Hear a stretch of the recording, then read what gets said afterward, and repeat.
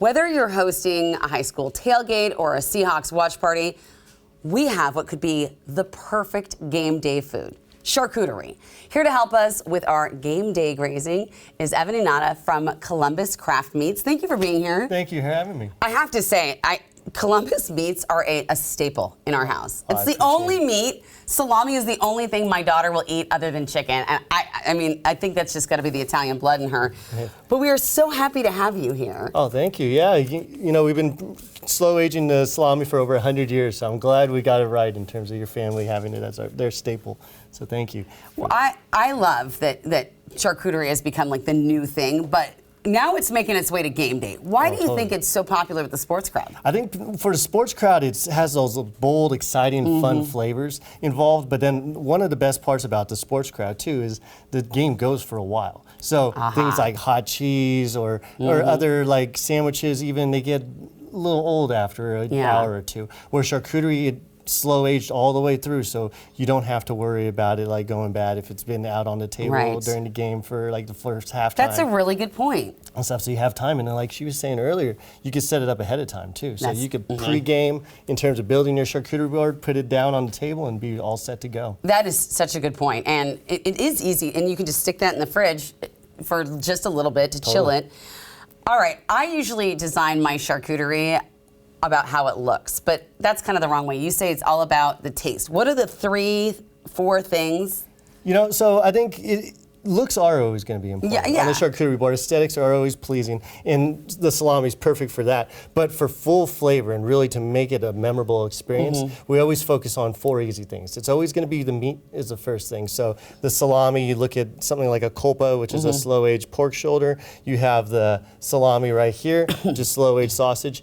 Both of those stars of the show in terms of all the bold flavor it brings. Then pairing it with the cheese is going to be that perfect co-star to go with your salami, and then choosing the right acidity and crunch to go elevate that meat and cheese combination. Yeah, that's the thing I'm curious about. So you say meat, cheese, acid, crunch. Yes. Okay, so where on this board do all those things exist? So the meat you can see all over with this beautiful bold red color. The crunch is involved in a few different ways. We have like dark chocolate cherries right here from Schucher's in Pike Place.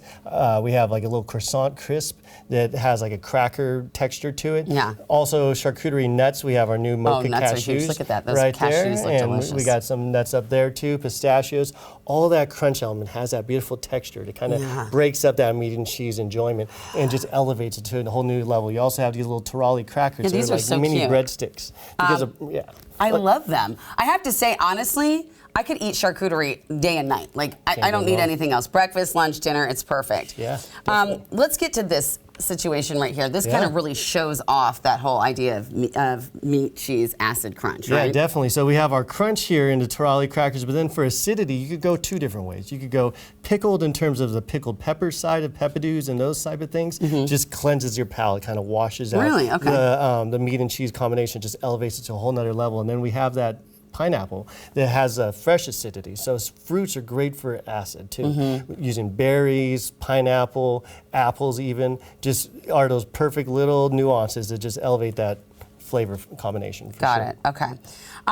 I think it's interesting that you use pineapple because you actually have something you're going to make with it today. Yeah, you know, so building out 2 perfect bites, for us, it's always focusing 1 meat, 1 cheese, and then the acid and the crunch to elevate it. Okay. So we like having fun with our torches and our little bit of fire, too. This is the perfect one for a tailgating party or a game day grill because we're taking hot capicola, we're just wrapping a little bit of pineapple slice and a little young mahone on here. Okay. And I'm from California, so I love a good al pastor. So for me, this is like al pastor on a charcuterie board. On a stick, too. On a stick. So you melt down that fat cap and just add cheese and just this buttery goodness. Oh my God! And the fire helps with the wow factor for sure. Fire definitely. Like if you pull that out, wow I'm going to be impressed. Yep. And on the tailgating, just slap it on the grill, hit it on both sides, and it just melts in your mouth, and it gives you all those kind of flavors that al pastor kind of brings in the spice and the pineapple sweetness and the gooiness. Oh my gosh, cheese. that's like a pineapple pizza right there. Can't go wrong. Oh, that's good. Okay. And then also using a torch for the little fire, we have another like more elegant kind of brunch style charcuterie bite. So we have our little humbled fog chev right here, and then to ripen the chev, it has this beautiful texture and flavor to it. But then sprinkled a little bit of sugar on top. So that way, when you just brulee that down a little bit, You get that nice little beauty, and you could actually brulee it too. Oh, you want me to do it? You could just hit it a little bit on the top right there.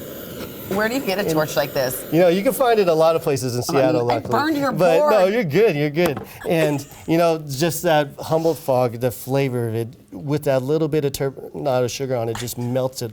And take a little croissant piece. Okay. Take the kulpa, which is like a kulpa cut of shoulder meat, and then I'm gonna get you a tiny little piece of this. You don't have to go too much decadence here. But just like that. Thank you. And you All eat the meat, cheese, and the crunch together, and just enjoy all that beautiful gooiness. I think you've ruined me for every charcuterie platter I ever encounter again. It's so easy though. Just one meat, one cheese, acid crunch. We have so many different recipes on our website at columbuscraftmeats.com. Just choose 2 or 3 of your favorite bites, and then just put it on the board, and that's all it really is. It's as easy as that. There's no complication of trying to figure out how to make it pretty and also taste good if you just focus on simple ingredients every time. And then finishing with that berry right there, since you have all that gooiness in your mouth, just clean acidity, just kind of cleanses that palate just like that. Oh my gosh, I cannot tell you. This has been such a delight to learn about all of this. Any personal tips? I like that you added, like for game day, these little football skewers. Yeah, totally.